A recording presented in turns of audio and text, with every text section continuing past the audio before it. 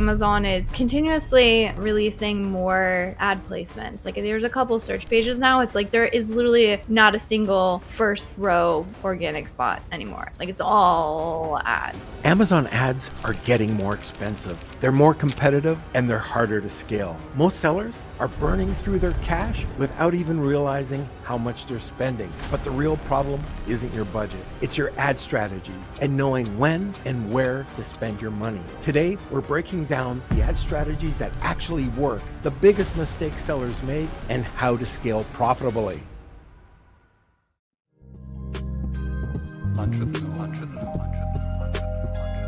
Our guest founded Jungler to help sellers achieve 8-figure revenue goals and beyond. With her experience as a former Amazon seller and a talent for simplifying complexity, Elizabeth has developed a top-down approach that jumpstarts seller success. Her clear, simplified process enables businesses to scale efficiently. She raised 6 children, ages 6 to 14, with her husband, and her husband has made, with her husband, Elizabeth is an expert at scaling with simplicity. She's honored to share her insider knowledge with the Amazon seller community. And I'm talking about Elizabeth Green. So we'll get to Elizabeth in a second, but now let's have a word from our sponsor and we'll get right back to the podcast. Tired of negative reviews dragging down your star rating in sales? TraceFuse has your back. TraceFuse specializes in removing non-compliant Amazon reviews the right way. I'm talking 100% compliant with Amazon terms of service. And with over 11,000 reviews removed for 400 plus brands, they know what it takes to protect your reputation and boost conversions. And here's the best part. You only pay for performance. That means you only pay for reviews they successfully remove. No contracts, no monthly fees, just results. Plus, as a Lunch with Norm listener, you get 2 reviews removed for free. Ready to clean up your reviews? Visit TraceFuse.ai. That's TraceFuse, TraceFuse.ai. So sit back, relax, grab a cup of coffee, and enjoy the show. Welcome, Elizabeth Green. Hello, thanks for having me. Oh, it's great to have you back. It's nice to see you. Yeah, nice, you as well. I love the content that you put out about the Amazon PPC game. And like going forward, 2025, we might as well just start off with this. What changes or trends have you seen going into 2025? The most trends I'd say is a continuation of something that they really did in 2024, which is releasing more data. So example, like AMC was made available to non-DSP users for the first time. We got access to that, which is like fabulous. Everybody has been talking about AMC for the longest time, but like nobody can get access unless, you know, they're going through a DSP provider. So that definitely has changed, which again, more access to data. The other thing that they're putting out, which is kind of interesting, is like sort of more semi-automated features inside of their ad console, which one of my account managers flagged today, FYI. At least we just noticed it, and you'll only notice it if you go and you are launching campaigns manually. But they have, which has been around for a while, but the ability to increase your bids around like peak shopping days. So, you know, like Black Friday, Cyber Monday, but all of those sort of, you know, holidays, they say like, oh, we will have the benefit of being able to like, you know, put a percentage increase on your bids. That option is now a default check in ad console. FYI, might want to go check that. Make sure you don't have to actively set up anywhere. But like a lot of things like that, where it's like they're sort of putting out new features, things like placement percentages now being available for business placements. That one's interesting. So just like a lot of more tweaks and more options, which unfortunately kind of makes it a little bit more complex. So when you talk about the business placements, are you talking about companies who have enrolled in B2B? Mm-hmm. Yep. Yeah. So, that's fantastic because a lot of companies, like we manage a lot of different brands. And when we first look at a brand, a lot of the times they don't even consider the impact of what B2B Central is if you enable it. And I just want to give one example, and then we'll keep going on the PPC. But I had one client who was doing screen wipes. This is before Mhm. COVID. And I Yeah. told him, you're selling one pack of 10. Why don't we go in, build these tiers, and make 10 packs, which would be 100, 25 packs, 50 packs.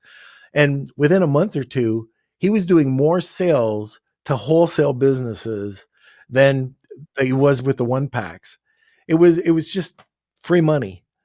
So just something to consider. And now with this, that's even going to be a bigger bonus. Yeah, absolutely. And because there's a lot of brands who maybe don't really pay attention to like inside of your business reports, you have those like columns where it'll say like your B2B sales.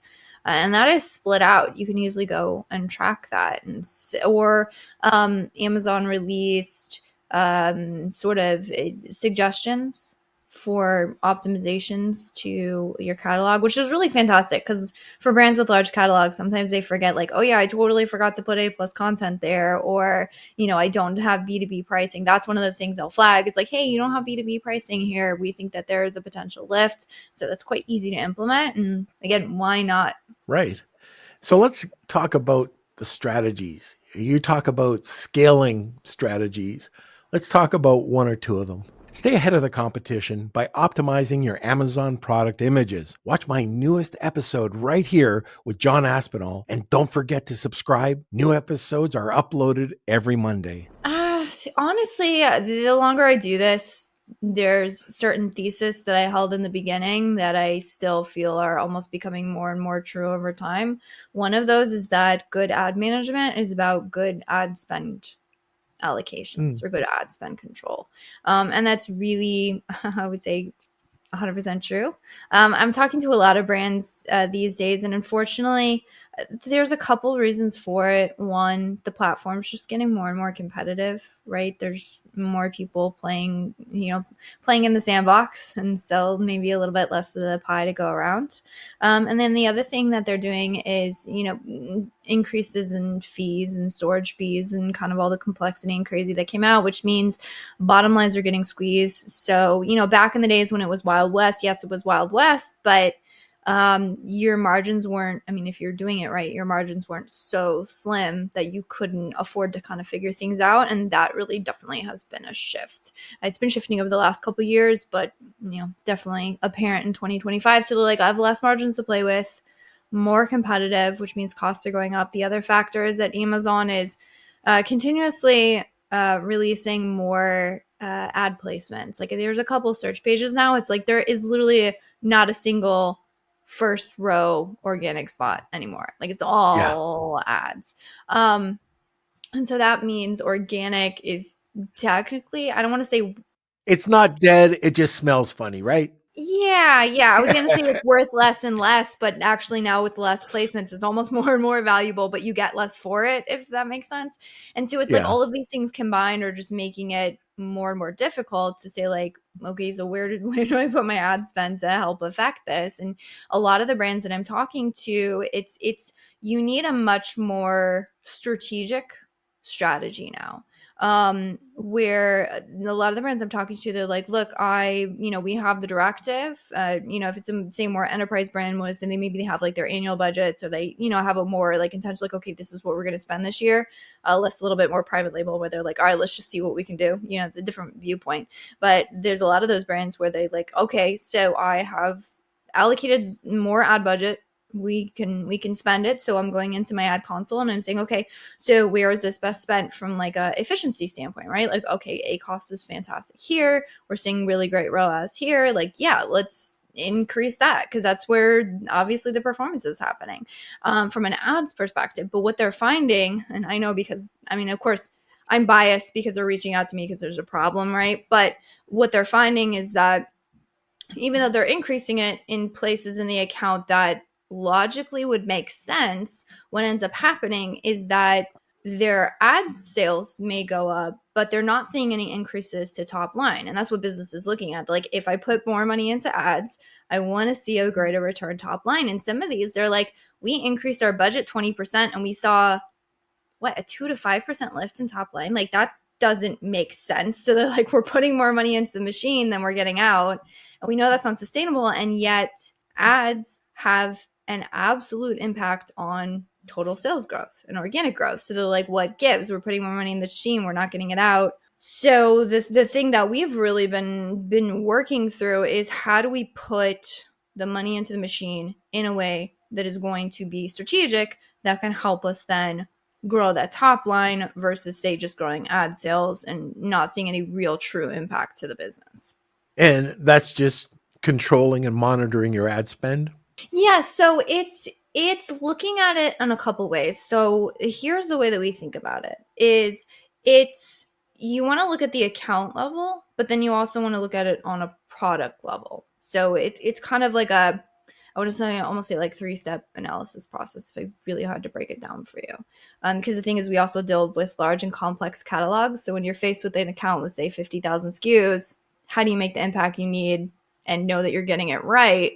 And what we found is that when all you're looking at is ads, you're only coming at it from the ads perspective. What is efficient in ads, and you can't see the forest for the trees. You can't make the strategic decisions. So we say start from the top down. So I would want to look at the account level. I'd say, okay, what are the objectives, right? What are we actually trying to accomplish? And what do we need from a business standpoint? I'm a strong believer is that a lot of ad strategies are not necessarily good or bad.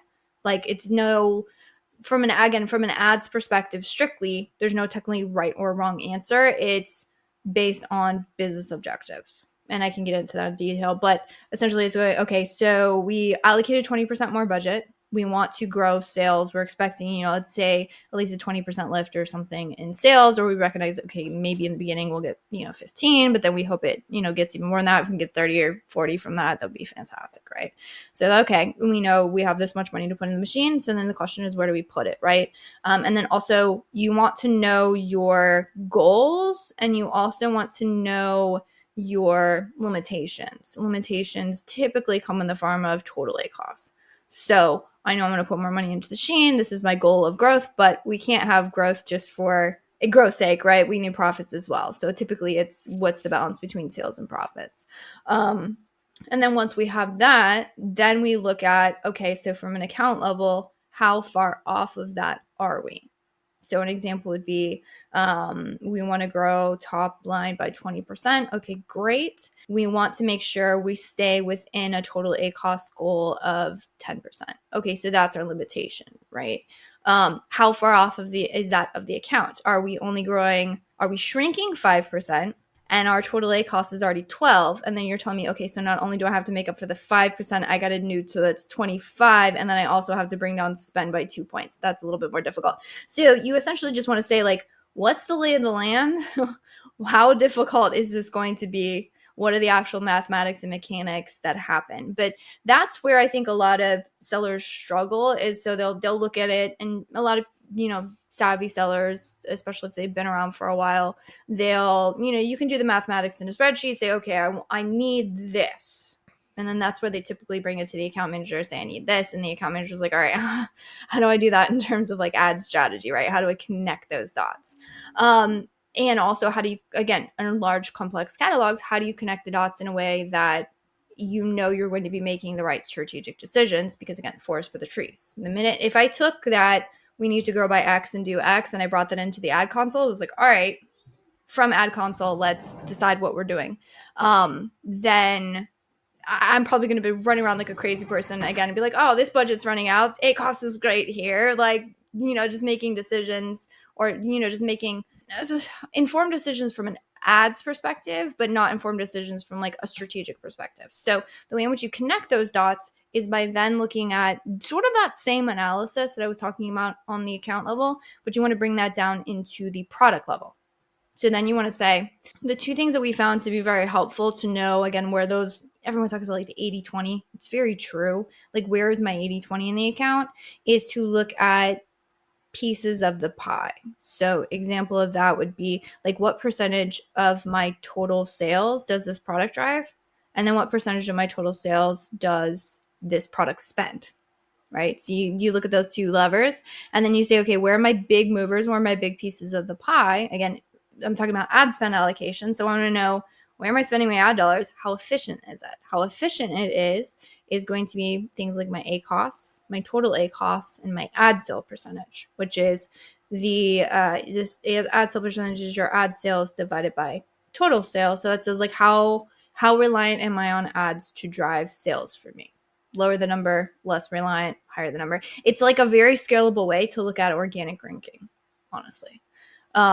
And so we would just kind of look at all of that overlaid and then say, okay, so we know we need to be closer to, again, that example of say a 12% totally cost and we need to get down to a 10. I'd say, okay, so where are my 2 points? Where is the spend in which I can tweak? Okay, so this particular product, wow, I'm seeing that this one's running at like 15% total A cost and it's already spending like 15% of my total budget. Okay, that's probably somewhere to optimize, right? Oh, wait, this other product is driving, I don't know, 15% of my total sales. And yet, oh, wow, total A cost is only like at 8. I have room to move here. And so, and then once you can take that understanding, and again, connecting the products down into where are those products located in my account, what campaigns, what strategies do I have, that connection is notoriously difficult. I have some projects that I'm really excited about that I'm kind of working on to see if I can help people make those connections easier. But there are ways to do it, and then you take that and you say, okay, this is my campaigns, this is my ad strategy for this one product that I know I need to move. So therefore, this is where I'm going to spend my efforts in terms of the optimization, figuring out expansions, etc. Think your PPC campaigns are optimized? You might be wasting your money. Check out Elizabeth Green as she explains why catch-all campaigns are still working for Amazon sellers. It's all about just setting clear, measurable objectives. Yes. For every campaign. Yep. All right. So a lot of people listening live, but there's going to be a ton of people that download this episode. And a lot of those are going to be newer sellers. So they don't have the, when I got into this, I don't know when you got into Amazon, but when I got into Amazon, there was no PPC. And then it started out, oh, you have to spend 10 cents a click, if that. And it grew and grew and grew. So, which I should say, you have to know every single penny. You have to know your numbers in today's game with Amazon. But with that being said, is there anything a new seller can do to really not spend their mortgage, but just, test the campaign so they're not spending it just to see if it'll work without just, here's a few $1,000? It's a great question. So I'll tell you this. And for those of you who are savvy, I'm going to preface this by saying I have nothing against sponsor branded display, and I think they're fabulous. That being said, sponsor product ads have the greatest impact on organic ranking. Sponsored brands, even as high as if you're running sponsor brands video ads and you might have a fantastic conversion rate, you might have really good metrics. In our testing over the last couple of years, we have not seen the same impact of sponsored brands, even video ads, even if you have great conversion rates, or sponsored display ads on ranking. So that right there immediately eliminates a ton of complexity. Because if you're in the beginning, 100% of your budget should be going to sponsor product ads. Maybe a video ad if you have the creative for it. And again, you're going to put a limited budget on it. But you don't have to deal with all that complexity. And sponsored brands and display definitely add a lot more complexity to the mix. The other thing I was going to ask you is back in the day, we saw the auto campaigns or the catch-all campaigns that worked really well. Even recently, I've seen that. And recently being last year, I really was looking into this with some of our clients. Is that still working? It is. It is still working.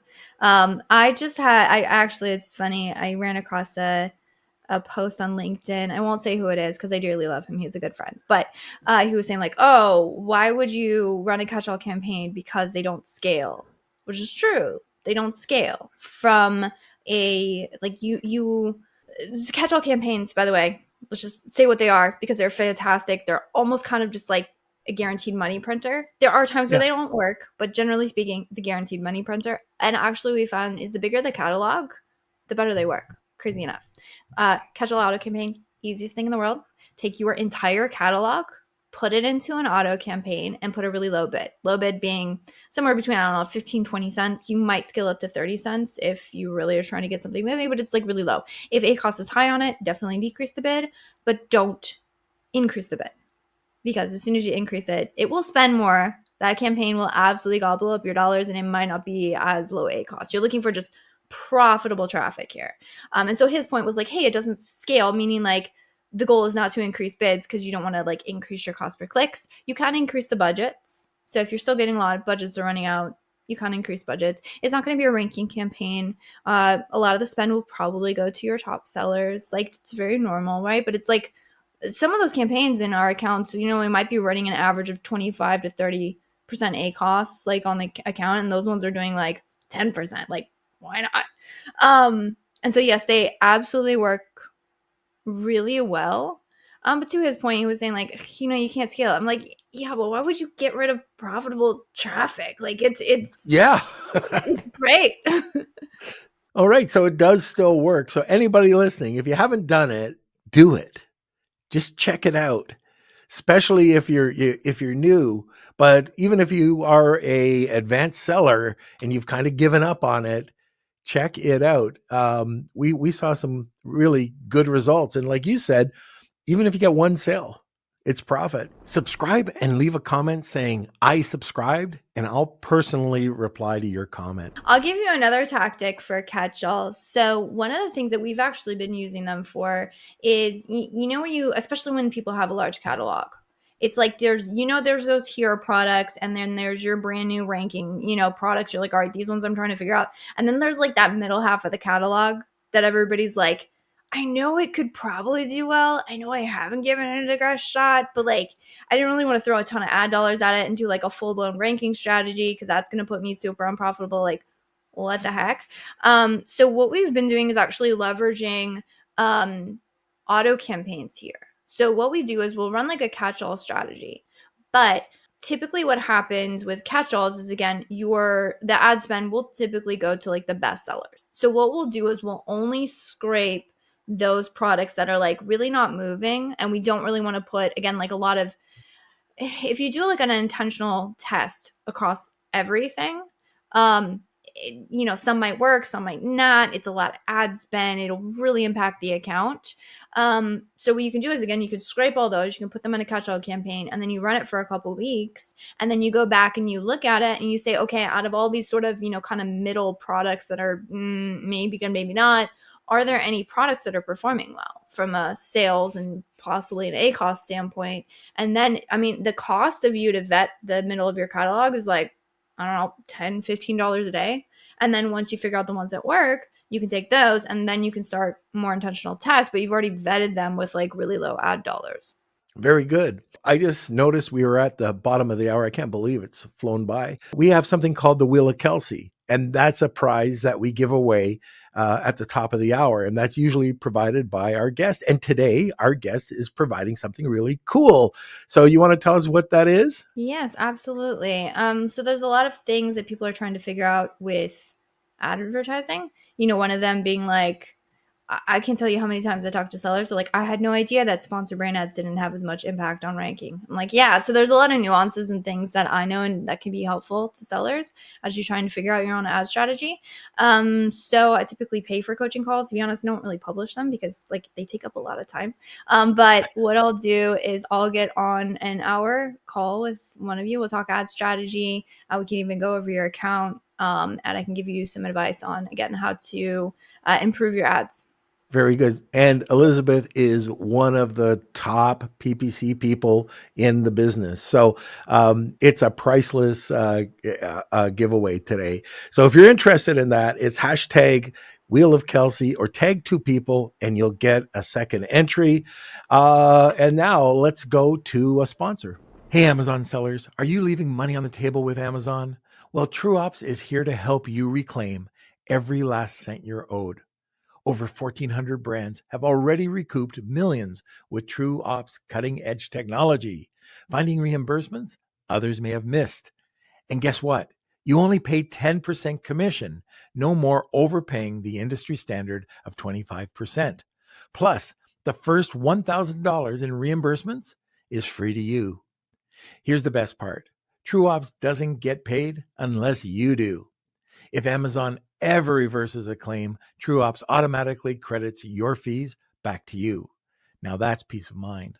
Remember, $1,000 free reimbursements to start, then just 10% of successfully recovered funds.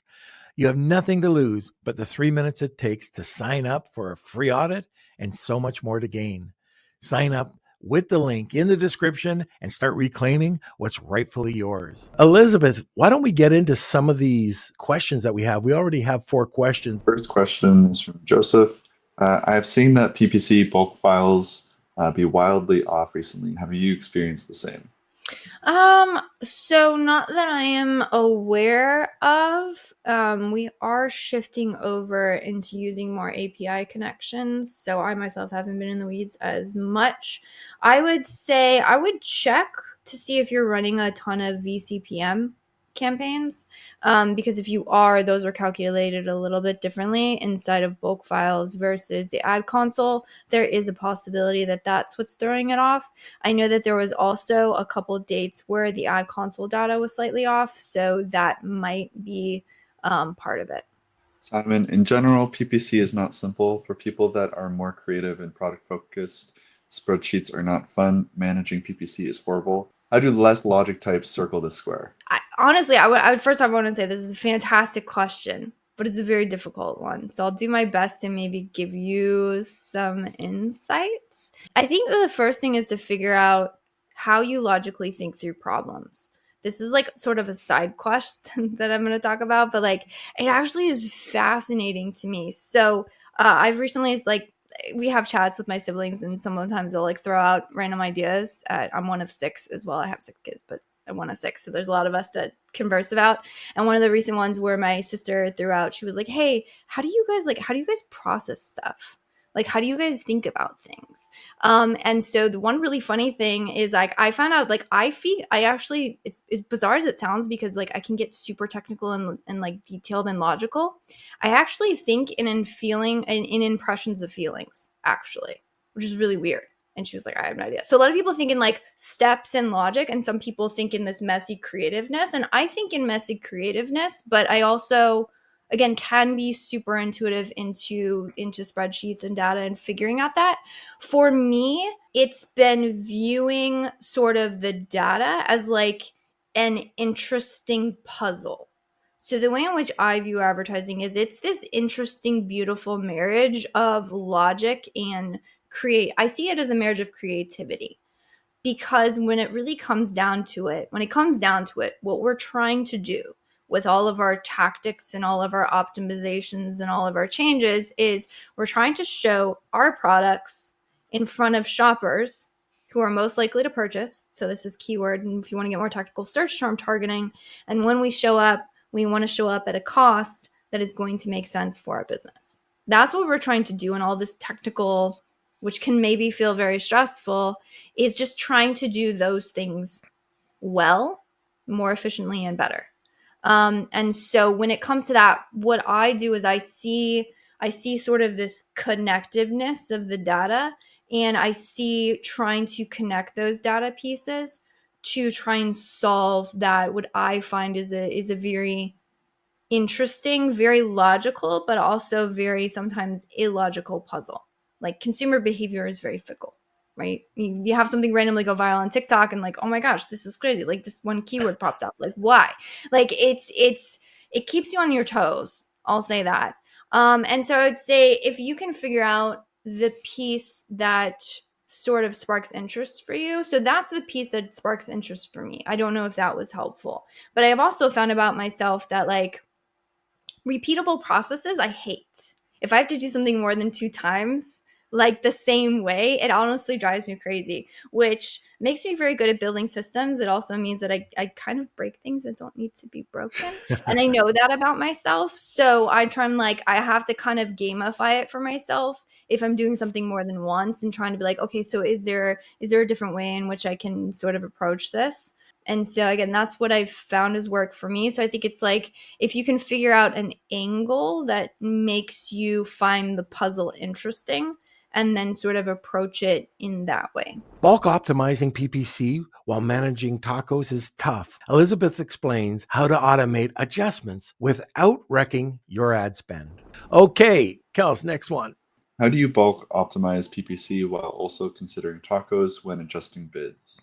Yep, that is a fantastic question. Also a very complex one. So I'll try and give you my best answer and I'll let you know how we do it. So it's really what we have found to be the best bid optimizations. And I know I'm biased because we have our own internal system that I geek out about and love. Is you want a constant feedback loop into your bid optimization strategy. Meaning you want to sort of that analysis that I talked about in the beginning, like which products are we focusing on? What do we need on these products? And how do we analyze the ad strategy to make better decisions on these products? Part of that is going to be your bid logic. So an example would be, oh, we noticed that this product we have a lot of potential for. And so therefore we probably can get slightly more aggressive because we want to see if we can, use this extra leeway to push for rankings, right? Well, part of pushing for ranks is going to be in your bid optimization system. So you want to have the ability to sort of feed back that insights into the system. Honestly, I'll be honest with you, it depends on what kind of optimizations you're using. I have honestly found it, to be honest, kind of frustrating where you have like the bid systems where you kind of have like, oh, these are my blanket logic rules of like, above X a cost and whatever. And then those blanket logic rules are then applied to, specific campaign, keyword, etc. You can still use a feedback loop in those systems. It's just notoriously difficult. And so the way we built our feedback loops is our optimizations are set at a specific level. So it could be for a specific campaign, for a specific keyword, for a specific, etc. And then we feed those line items into the system and then tweak the bid algorithm based on those line items. That's how we've chosen to it because, again, we want the feedback loop. So really when it comes to that, because it is notoriously difficult to connect bids to total ACoS. I have kind of a way to do it if you want to get into like a spreadsheet or something. There is a way to look at what does my cost per click need to be to achieve this, but it's really the best way to do it is if you have like a feedback loop. Okay. I'm not sure if you could do this, but I would love to see what you have to say about that in the newsletter. Maybe you could provide that over to Kelsey and we could put that article in. And I think that would be fantastic. No, I should. So I'll write it up. And then, what I did is I brain dumped my logic into AI and I had it make a podcast for me. So if you like, full disclosure, it's an AI podcast. The way it pronounces ACoS is hysterical at some points. It's utterly ridiculous. ACoS. Yeah, it's like bizarro, but the logic is there. And I think it is the most like detailed and laid out discussion on bid optimization. Again, I'm biased because it came from my brainchild, but it is a very logical laid out description of kind of how you would think through those things. By the way, are you using a lot of AI right now? Like just for yourself? Oh, for myself? Heck yes. I love AI. Not for optimizations yet. We have some really cool ideas in the pipeline, but we won't be using them for pushing changes. I think that use case for AI is very far off, and it honestly is created in some ways. God, I have so many friends in the space who use AI systems, but I'm like, personal opinion, a little more harm than good when it comes to like it making decisions for you. I don't think it's there yet, but it is a fantastic tool for finding the information that you need to make the decisions quicker. Perfect. Great answer. We've got 2 questions left. All right. From Coolhand99, how long do you let a bid or keyword run before charging any? That's a fantastic question. So I would say to make your life easier, it is going to depend on your systems. Now, for context, we adjust bids several times a week, and there are specific keywords we may mark at a certain time to do manual bid optimizations for. For example, like say ranking where we need to get things out of the gate really, really quickly. I can take you through the logic all the way from launch. So launch is going to be very different than if you just have a keyword that's, just kind of sitting there. Two ways where you can do a keyword that's just sitting there. That one's the easiest one is you can either have a time interval or you can have a data interval. Data interval is like, okay, after XYZ clicks, I'm going to make an optimization because I have enough data here. Time interval is like I adjust bids on Mondays and Thursdays, right? That will depend on your system. I have seen both work. So I still think time intervals, as long as, I know there's optimization platforms like every single day, every single hour, we're changing things. You can still get away with like a couple times a week and be okay, especially if you have less data. Now in the launch sequence, we have a very intense launch sequence in bid optimization. There, what we do is we're looking to get impressions as quick as possible. And so what we'll do is we'll actually adjust bids a couple times a day up until we start to get impressions. And then once we start to get impressions, then we can track. We're looking for that branch from impression to order. So am I getting impressions? If I'm not getting impressions, increase bid. Once I'm getting impressions, then we're looking to see, are people clicking and are people ordering? And for us, we want to get to that logical conclusion of like, are people clicking and not ordering or vice versa as quick as possible. So we increase aggressively with the goal of gaining impressions, and those increases happen 1 to 2 times a day. Getting access to DSP ads can be a game changer, but Amazon's $35,000 spend requirement could be a roadblock. Elizabeth explains the difference between DSP and fractional DSP for Amazon sellers and how it can benefit them. And our last question is from Joseph. How do I get access to DSP? Good question. So you will have to go through a provider. You can go through Amazon. However, I don't remember how much they require you to spend, but they have pretty high spend that you need to have to get access to them. So it's a little bit different. And the way that it works is you have to go through, which, I mean, we can do that for you. If that's something you're interested in, feel free to reach out to me. But you have to go through a provider because they have to go into their login and then create a seat for you. Now, you won't get access to that seat because essentially it would be like if I gave you my login and then you could see like every single one of my clients' logins behind it, it would be the same thing if you got access to like their DSP instance. So they won't be able to give you like the direct access. There are some times where Amazon will connect it to your ad account. So sometimes you can get access to that. Ad reps aren't always so gung-ho to help us do that. So you will have to go through a provider. The benefit also of going through a provider is you can start with a much lower ad budget. So you might be able to start that's huge. With yeah, you could start with like $3,000 to $5,000 a month versus having to spend like 20, 30, 50, right? Yeah. So that's called fractional DSP. So I highly recommend that. Literally just a fraction. That's why it's called fractional, a fraction of the price. Derek says it's a 35 ad spend. Yeah, that's correct. If you're going directly to Amazon, but through fractional DSP, it could be, the low thousands, like Elizabeth was just saying.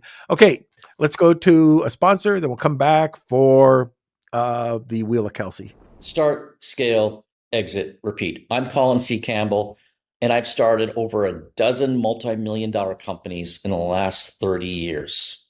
I spent the last 10 years writing the book, Start, Scale, Exit, Repeat, to figure out what it is that these serial entrepreneurs do over and over again. We interviewed over 200 people. We created 58 chapters, over 30 illustrations, 180 callouts, and we quite frankly made this book for the ADHD entrepreneur. It's been #1 on Amazon in 15 categories and has won 12 awards globally. Get your book today, either on ebook, paperback, hardcover, or Audible on Amazon or your favorite bookstore. Okay, Elizabeth, it's that time. Let's go to Wheel of Kelsey. So I'll shuffle these up and give this a spin. Oh, very good. Business and finance. Congrats. Thank you, Elizabeth, for coming back. How do people get a hold of you, Elizabeth? Yeah, absolutely. So if you would like me to take a look at your ad account, I promise I'm not going to hard sell you. We can do a free audit. So that would be on the website, jungler.com, JUNGLR.com. My goal with that is to do an audit so good that you're like, oh my gosh, fantastic. Do it for me. You sound amazing. Even if I don't, it's totally fine. I will still do it for free. So that the best place to do it is on the website. You'll get on a call with me first because I talked about business goals. I want to know your business goals first. Then I'll build you the audit that shows you how to get there with your ads. In terms of you just want to hear what I'm talking about on ads, the best place to look at that is LinkedIn. I put out a lot of content there, everywhere, but there. And I also want to thank you for contributing to the WhatsApp group. That's fantastic. I see yeah, in yeah. there. We've got a variety of different ways to keep in touch with the community. We have the Reddit group, we have the WhatsApp group, we have the Facebook group, we have the newsletter, and we have the podcast. All right, everybody. We will see you later. Have a good one. Entrepreneur.